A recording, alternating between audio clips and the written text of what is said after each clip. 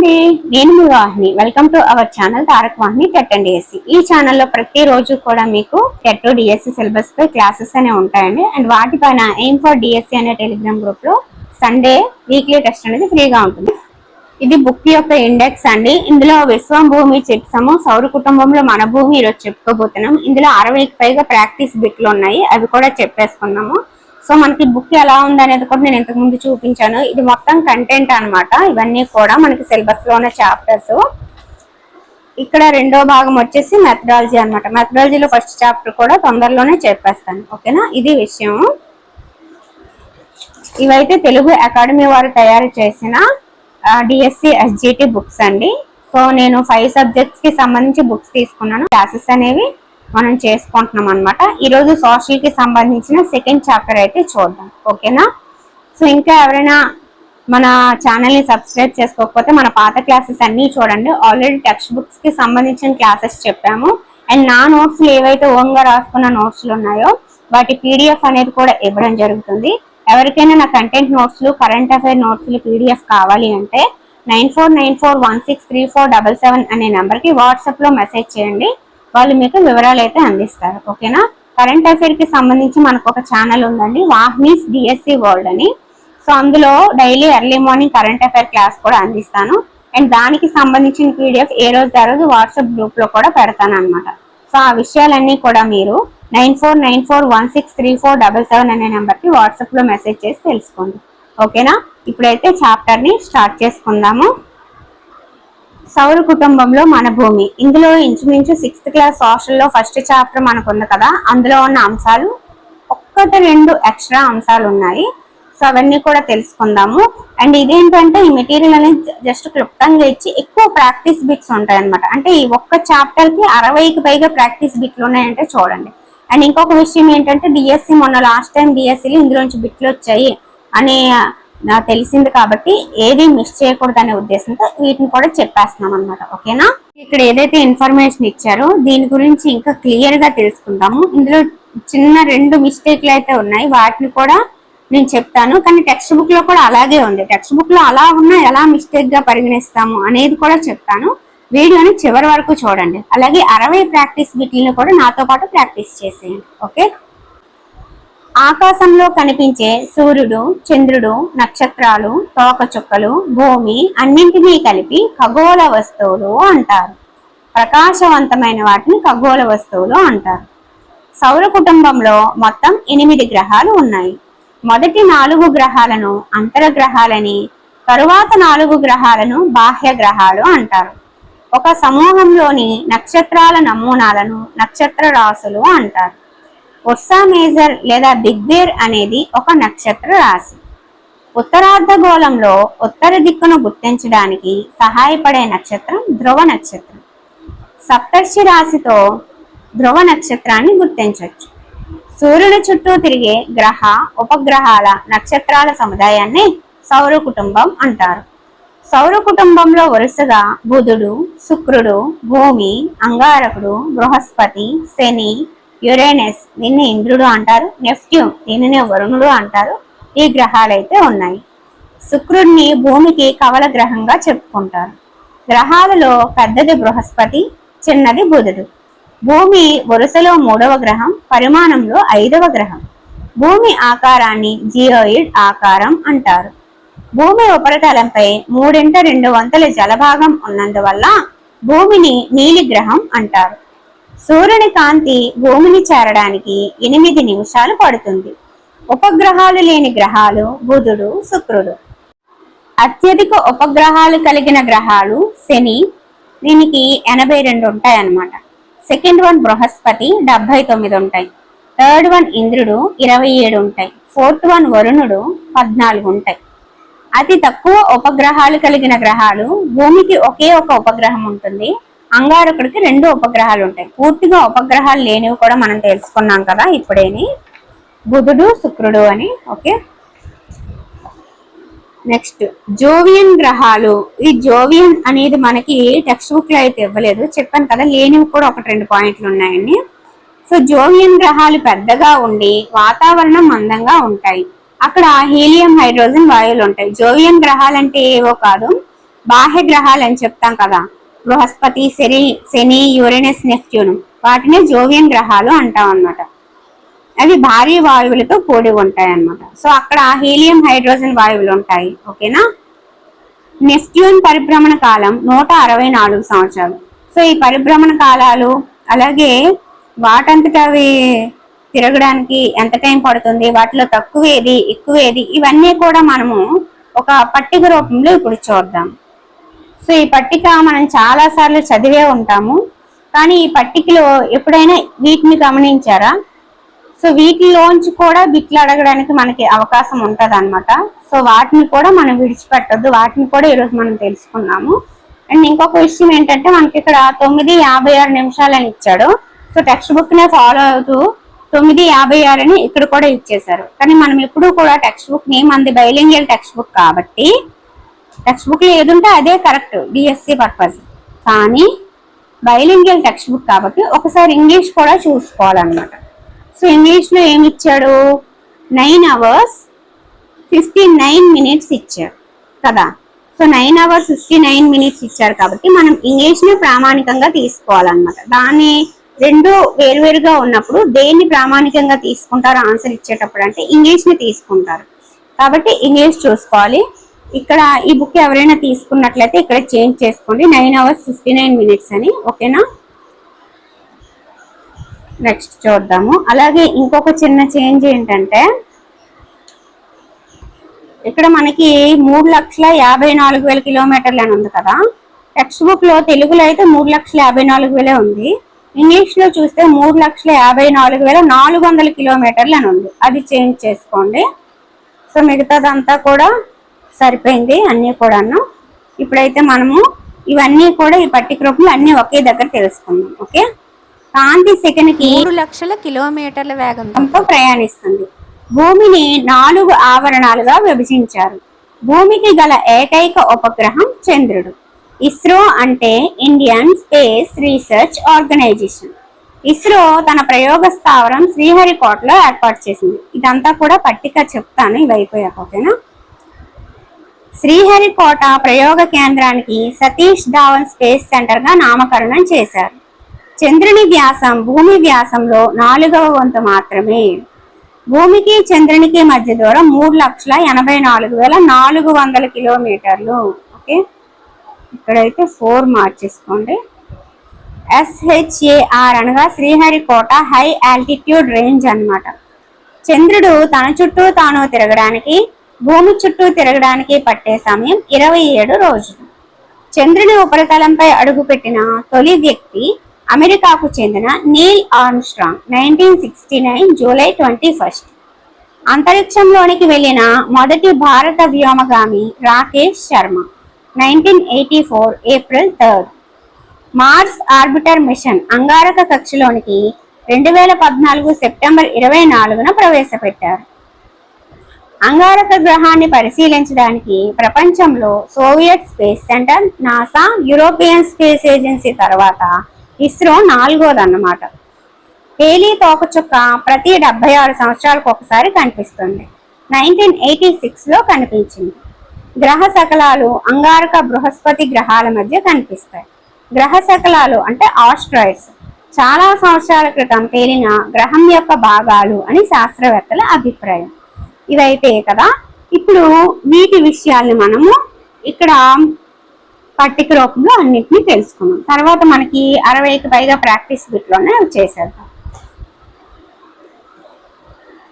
ఇక్కడ దూరాన్ని మిలియన్ కిలోమీటర్లు ఇచ్చారు. ఇవన్నీ కూడా సూర్యుడి నుంచి దూరాలు అనమాట. ఇక్కడికి 108, భూమికి 150, బుధుడికి 85, అంగారకి 228, బృహస్పతికి 778, ఇలా మనకి శనికి 1427, ఇంద్రుడికి 2869, వరుణుడికి 4496, ఇలా మనకి ఇచ్చారనమాట. సో ఇవి కూడా ఒకసారి చూసేసుకుంటే ఏమో మన బ్యాడ్ లక్ అయినప్పుడు ఇలాంటివి కూడా అడగడానికి, అంటే పిక్చర్ని కూడా బేస్ చేసుకుని క్వశ్చన్స్ రావడానికి అవకాశం ఉంటుంది.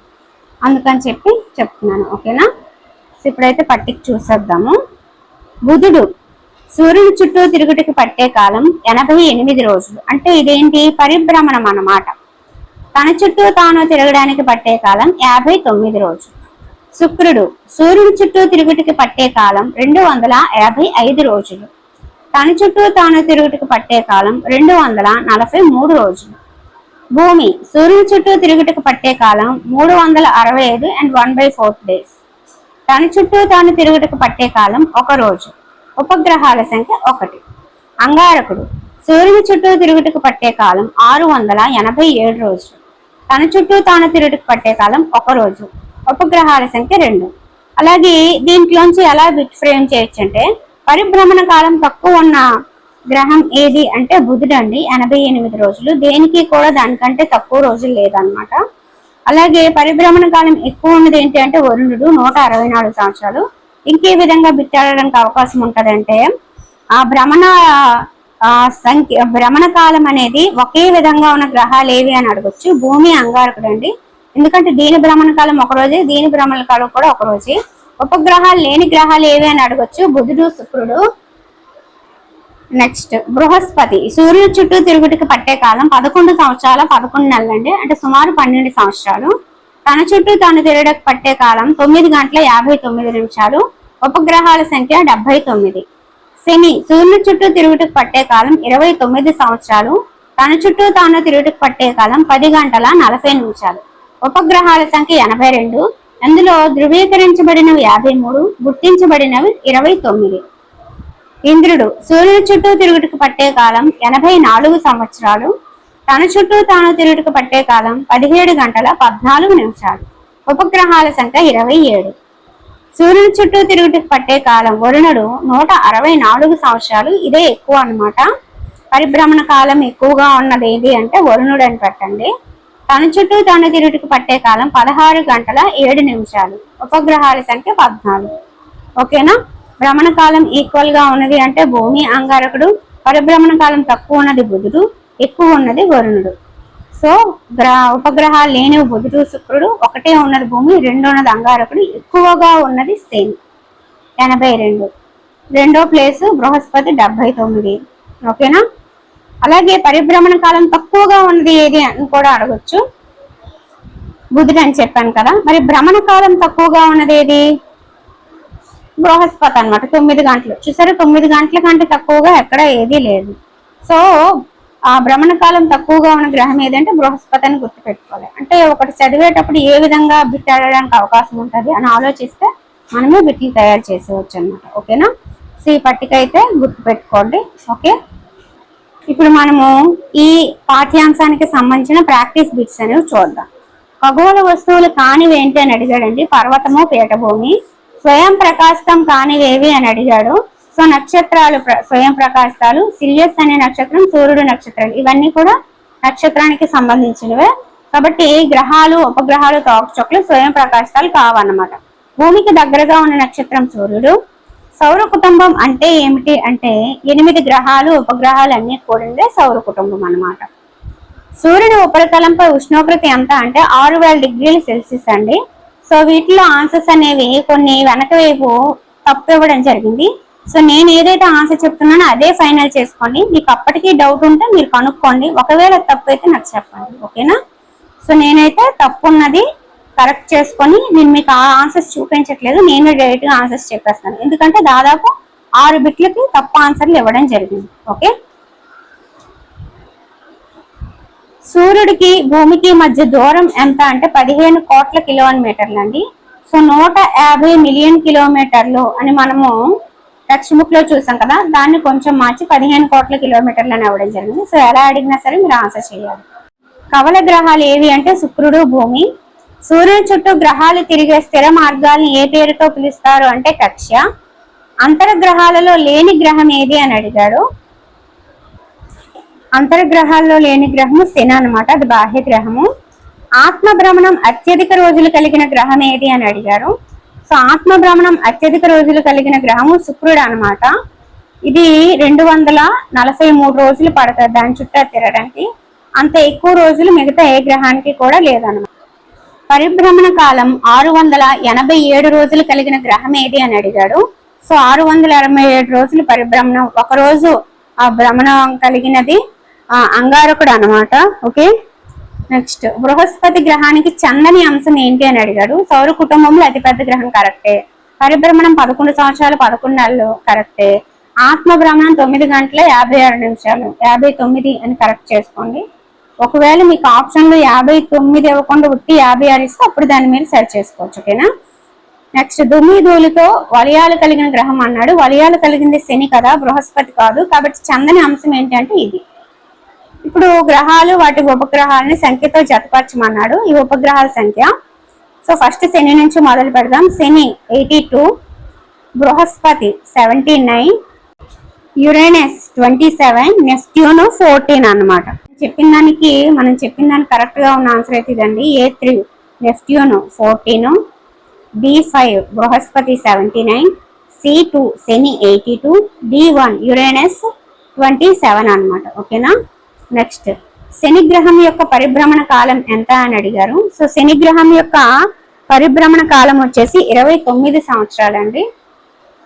శని గ్రహం యొక్క ఆత్మ భ్రమణ కాలం ఎంత అని అడిగారు. సో 10 గంటల 40 నిమిషాలు అనమాట. ఇది 10 గంటల 40 నిమిషాలు.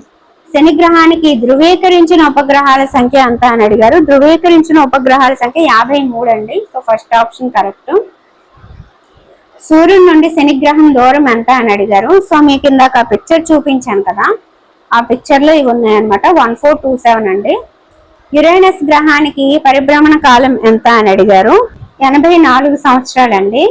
యురేనస్ గ్రహానికి ఆత్మ భ్రమణ కాలం ఎంత అని అడిగారు. సో 17 గంటల 14 నిమిషాలు ఇదన్నమాట. నెక్స్ట్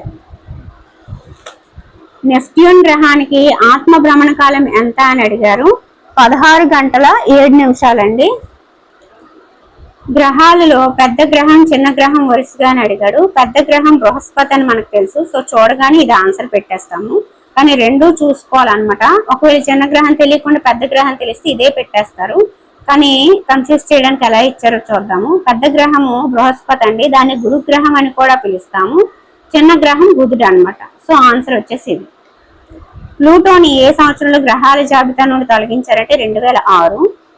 క్రింది వాటిని జతపరచండి అని ఇచ్చారు. భూమి నీలి గ్రహం అండి. బృహస్పతి పెద్ద గ్రహము. శుక్రుడు కాంతివంతమైన గ్రహము. బుధుడు అతి చిన్న గ్రహము. సో ఆన్సర్ వచ్చేసి 3 అనమాట. ఒకసారి చూద్దాము.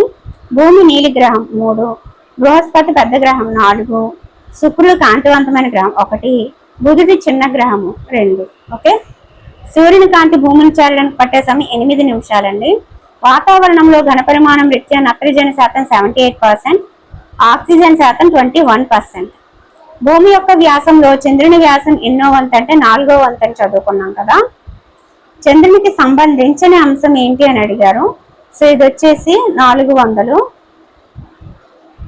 భూమికి గల ఏకైక ఉపగ్రహం చంద్రుడు. భూమి వ్యాసంలో 4వ వంతు ఉంటుంది. చంద్రుడు భూమి నుండి 3,84,400 కిలోమీటర్ల దూరంలో ఉంది. ఈ 3 కరెక్టేనండి. సో సంబంధించిన అంశం వచ్చేసి ఇదన్నమాట. చంద్రునికి స్వయంగా ప్రకాశించే శక్తి ఉంది అనేది సంబంధించిన అంశం. ఓకే, సరికాని అంశం. ఓకేనా. సో వాళ్ళు తెలుగుని ప్రామాణికంగా తీసుకొని 384 ఇచ్చారు. సో నేను ఇంగ్లీష్ లో 384,400 ఉంది కాబట్టి చెప్తున్నాను అనమాట. ఒకవేళ మనకు ఆప్షన్ లో కేవలం 384 ఇచ్చి 384,400 ఇవ్వకపోతే ప్రాబ్లం ఏం లేదు. 384 ఫిక్స్ అయిపోయింది. 2 ఇచ్చాడంటే మాత్రం 400ని కన్ఫర్మ్ చేసుకోవాలన్నమాట. ఓకేనా. లేదు ప్రెసెంట్ రీసెంట్ గా వచ్చిన బుక్స్ ఏమైనా ఈ నెంబర్ చేంజ్ అయ్యి ఉంటే నాకు కూడా తెలియజేయండి. నాకు తెలిసినంత వరకు ఇదే కరెక్ట్.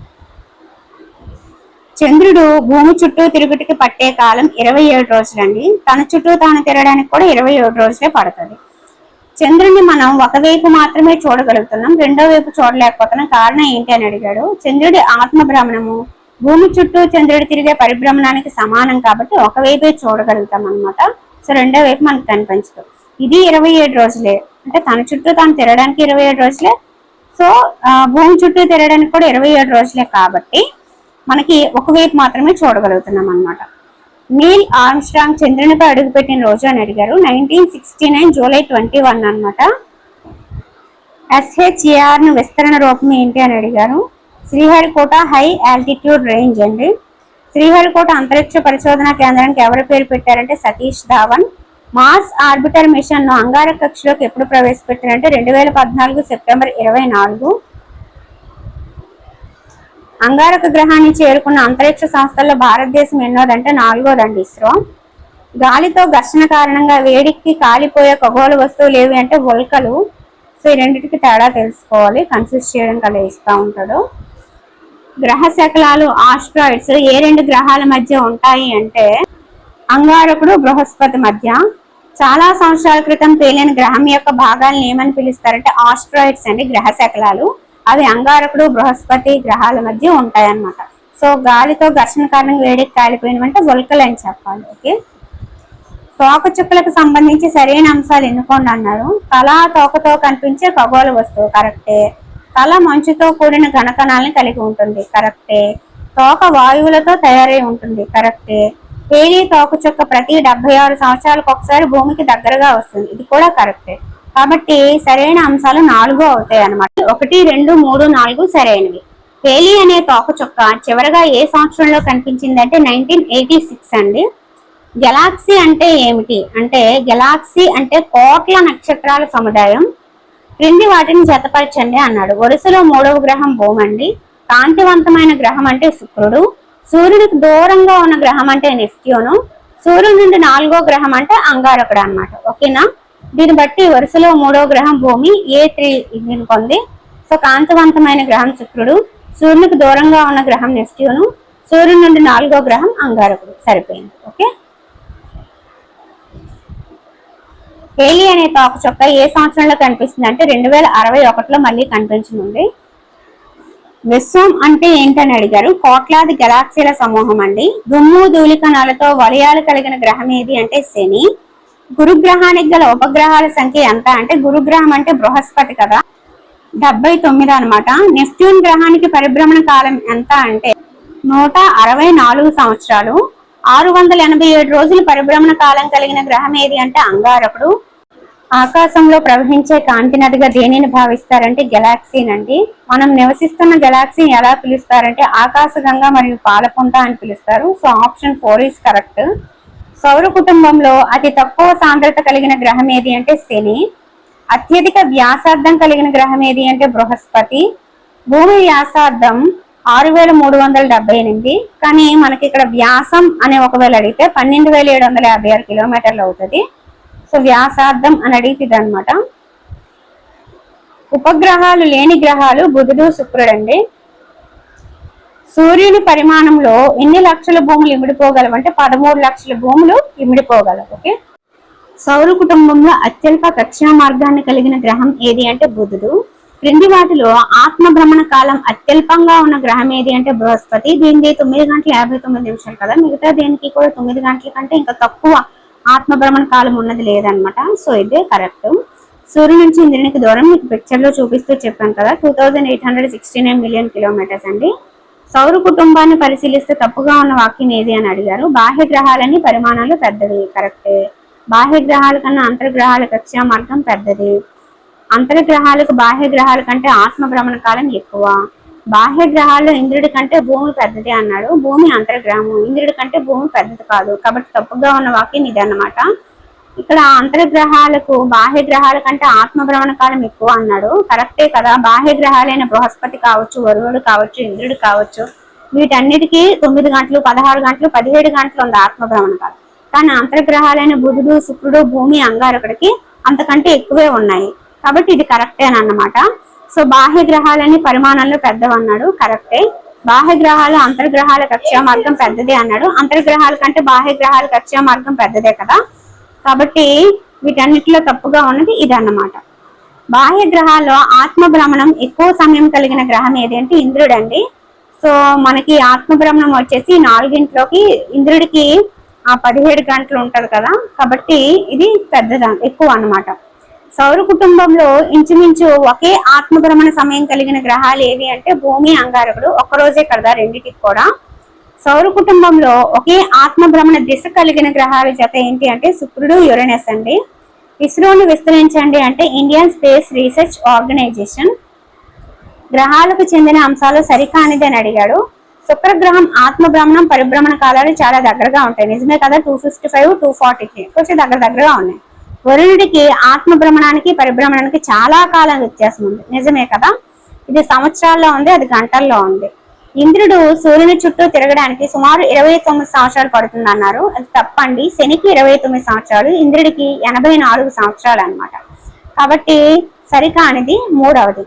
నాలుగవది కూడా చూద్దాం. వరుణుడు తన చుట్టూ తాను తిరగడానికి 16 గంటలు 7 నిమిషాలు పడుతుంది. ఓకే. సౌర కుటుంబంలో అతి సుదీర్ఘ కక్ష్యా మార్గాన్ని కలిగిన గ్రహం ఏది అని అడిగాడు. వరుణుడు అండి. సో ఇదన్నమాట విషయము. ఇవైతే ఆన్సర్స్, కానీ వీటిలో చాలా తప్పులు ఉన్నాయి. అవి సవరించి నేనైతే చెప్పాను. దీన్ని ప్రామాణికంగా అయితే తీసుకోవాలి. ఓకే, నేను ఏవైతే చెప్పానో అవి టిక్కి పెట్టుకొని ప్రాక్టీస్ చేసుకోండి. ఓకేనా?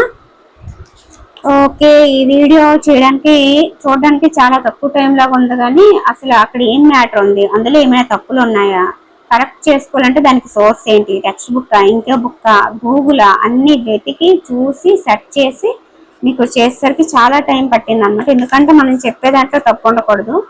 సో ఇది అకాడమీ బుక్ అయ్యింది, ఇందులో చాలా తప్పులు ఉన్నాయి. మరి అవే తప్పులు అనేవి నేను మీకు చెప్పానంటే మీరు అవే వెళ్ళి ఎగ్జామ్లో రాస్తారు. కాబట్టి ఎందుకంటే ఇందులో బిట్లు యాజ్ డీజ్ వస్తున్నాయి, అందుకని మళ్ళీ చూసుకొని మీకు అన్ని కరెక్ట్గా చెప్పడానికి ట్రై చేశాను అనమాట. సో ఈ వీడియో మీ అందరికీ నచ్చిందని అనుకుంటున్నాను. నచ్చితే ఖచ్చితంగా లైక్ చేయండి, వీలైతే మీ ఫ్రెండ్స్కి షేర్ చేయండి. ఫస్ట్ టైం చూస్తున్నట్లయితే మన ఛానల్ని సబ్స్క్రైబ్ చేసుకోవడం మర్చిపోదు. ఇంకా ఎవరైనా నోట్స్లు పీడిఎఫ్లు తీసుకోకపోతే 9494163477 అనే నెంబర్కి వాట్సాప్లో మెసేజ్ చేయండి. మన సెకండ్ ఛానల్ అయిన వాహినీస్ డిఎస్సి వాళ్ళని కూడా సపోర్ట్ చేయండి, సబ్స్క్రైబ్ చేసుకోండి. అందులో కూడా డైలీ కరెంట్ అఫైర్ క్లాసెస్ అనేవి ఉంటాయి. Okay friends, thank you.